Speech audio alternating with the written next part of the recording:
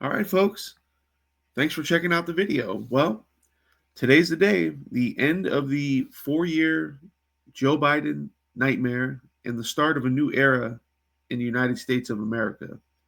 And what a great day it is. What a great day it is. Not only for obviously those of us here in America, but also by extension the world. We now have a strong, stable, competent leader in the Oval Office after having a joke of a president and by extension a joke of an administration for the last 4 years. Okay. And this White House website says it. America's back. America's back. America's light has faded somewhat over the last 4 years, but with Donald Trump and his team, I'm confident that that light can shine brighter than ever. Now, a few thoughts about the Biden administration. It's been a train wreck. It's been a disaster from day one. Um, there's very little, if any, in the way of accomplishments.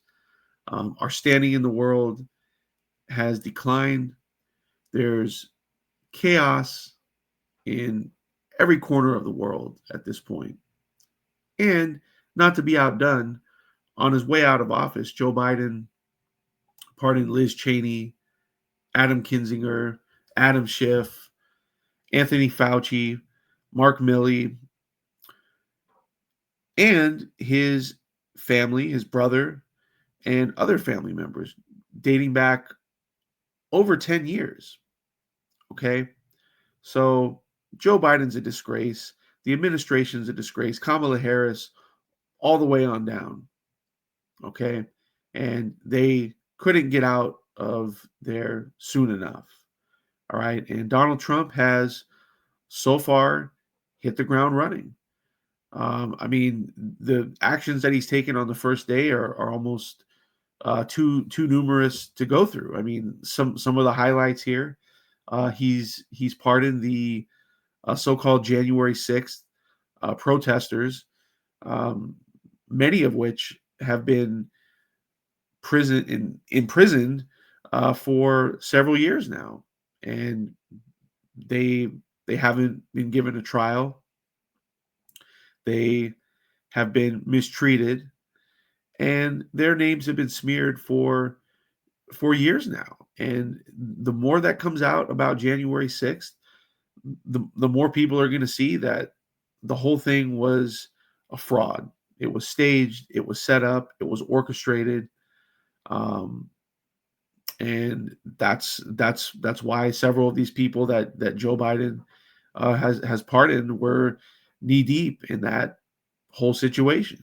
Okay. Trump has also signed executive orders that have placed a regulatory freeze that is preventing any bureaucrats from issuing new regulations until the Trump administration is fully seated. A great move there. Federal workers will now be required to return to the office. No more no-show remote jobs. He's withdrawn the United States from the Paris Climate Accord. Should have never been in it to begin with. He's signed an executive order ending the weaponization of the government. He has signed another executive order that is going to stop the government from forcing social media companies to censor their users' content. As has been previously mentioned, he's also restoring the name of Mount McKinley, which was changed under the Obama administration, and he's also renaming the Gulf of Mexico the Gulf of America. And why not? I mean, certainly these things are symbolic, but they also set a tone for bringing America back. Now, some of the things that Donald Trump wants to do, and I think is very likely to get done in a short amount of time, is ending so called birthright citizenship, particularly for illegal aliens. Now, the correct application of the law should never allow people in the country illegally to have babies here and then have those babies automatically become citizens. There's millions, maybe tens of millions of people in the country uh, that are citizens only through so-called birthright citizenship. That needs to go. So-called mass deportations. How about just deportations? Okay, upwards of 15 million illegal aliens have come into the country just in the last 4 years, and that's on top of the ones that were already here. So you're possibly looking at upwards of 25 to 30 million illegal aliens in the country. They need to go. We need to at least make an effort, right? Now, when Barack Obama ran for president in 2008, he ran under the slogan "Hope and Change," right? Which is a really vacuous and really non-serious slogan for a politician.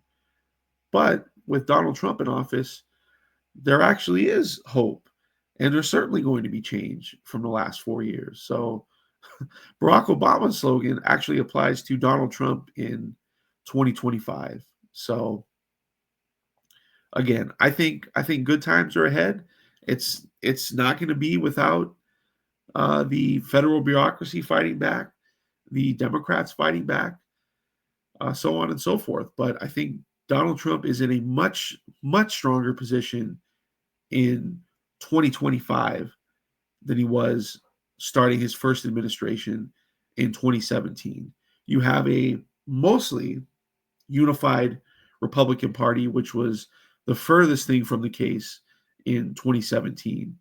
Donald Trump has nominated much stronger candidates for his cabinet positions. And I think Donald Trump himself has learned a lot since he first took office back in 2017. So buckle up. I think things are just getting started. And I think good days are ahead, not just for the United States, but by extension, the world. If you value prosperity, security, and stability. So God bless Donald Trump. God bless JD Vance and the entire cabinet and the entire Trump administration. So we'll see what happens. We'll definitely be covering it here on this channel. So in any case, that's what I think. Let me know what you all think. And as always, we'll see you on the next one.